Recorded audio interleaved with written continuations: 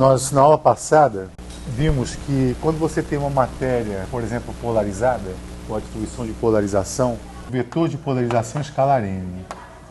N é a normal à superfície. E a gente definiu também uma densidade de cargas volumétrica de cargas ligadas como sendo menos a divergência de P, né? E aí, nós definimos um vetor chamado vetor de deslocamento elétrico da seguinte maneira. A lei de Gauss continua valendo, que diz que a divergência de E é igual a ρ sobre ε0. Só que o ρ que aparece aqui é um ρ total. É um ρ que a gente chama de parte livre mais uma parte ligada. Né? Então, as fontes de campo elétrico são cargas, não importa se livres ou ligadas.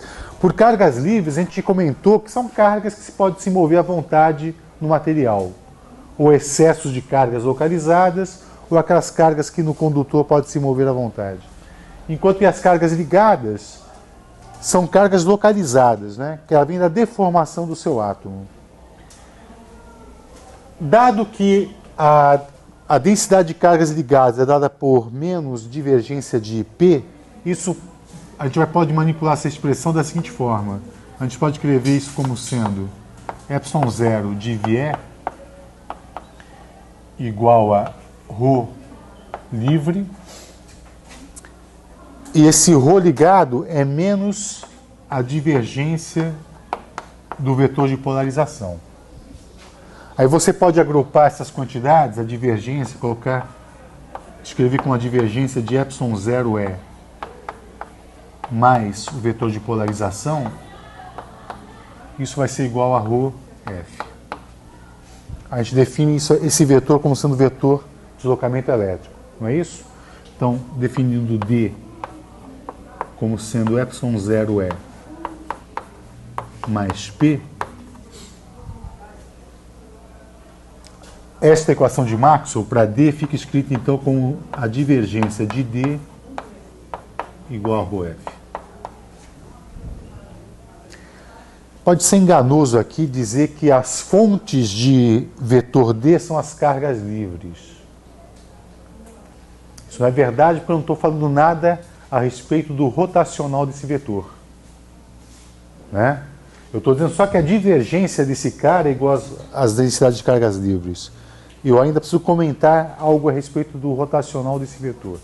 Tá bom? Tá.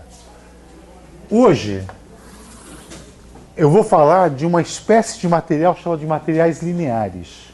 Existe uma classe de materiais bastante vasta chamada de materiais lineares, ou dielétricos lineares.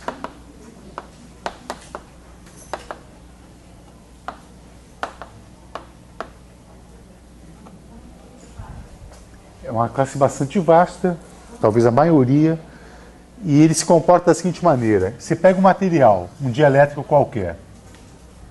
Se você estabelecer um campo elétrico, então esse material se polariza proporcionalmente a esse campo estabelecido.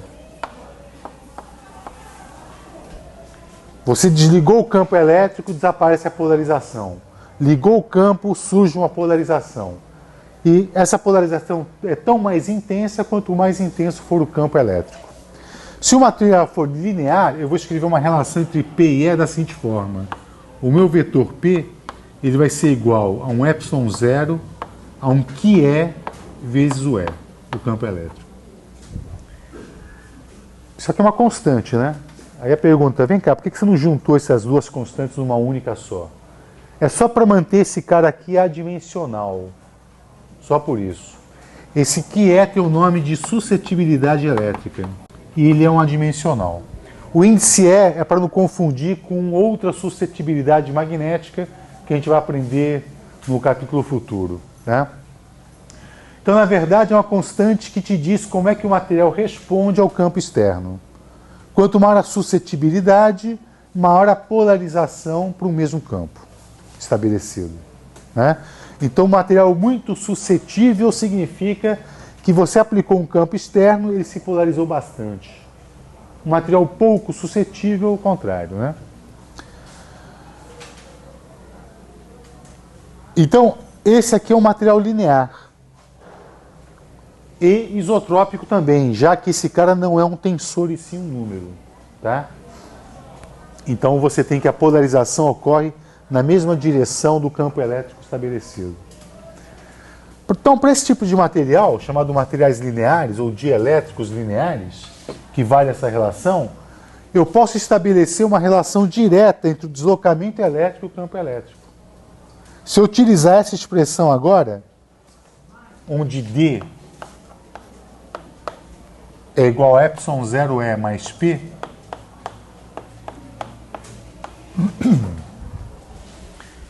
isso aí é geral, isso parte da definição. Se agora eu jogo com material linear, eu substituo P nessa expressão, vou ter que o vetor de deslocamento elétrico é igual a epsilon 0E mais epsilon 0 suscetibilidade que é, vezes o campo elétrico é. E, portanto, este vetor D, a gente vai escrever como sendo epsilon 0, 1 mais que é, vezes E. Isso aqui é uma nova constante, que eu vou chamar de epsilon. Alguém aí pode me dar o nome do epsilon? Permissividade elétrica. Muitos nomes, né? Muitos nomes. Então esse epsilon tem o nome de permissividade elétrica.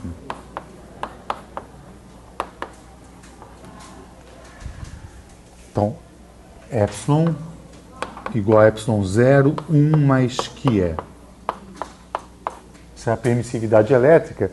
Agora eu posso definir também uma permissividade adimensional ou relativa, como sendo epsilon sobre epsilon 0. Então, epsilon sobre epsilon 0, vamos chamar isso de epsilon R, que é 1 mais que. Isso vai ser uma permissividade relativa ou constante dielétrica do material. Tá? Então, esse cara aqui tem o nome de permissividade relativa.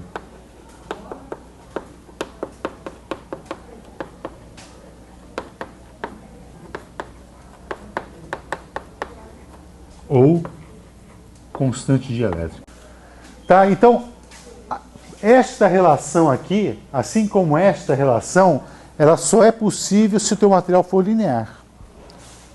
Bom, isso não é problema porque vasta quantidade de materiais que a gente tem disponível por aí segue essa prescrição. Tá?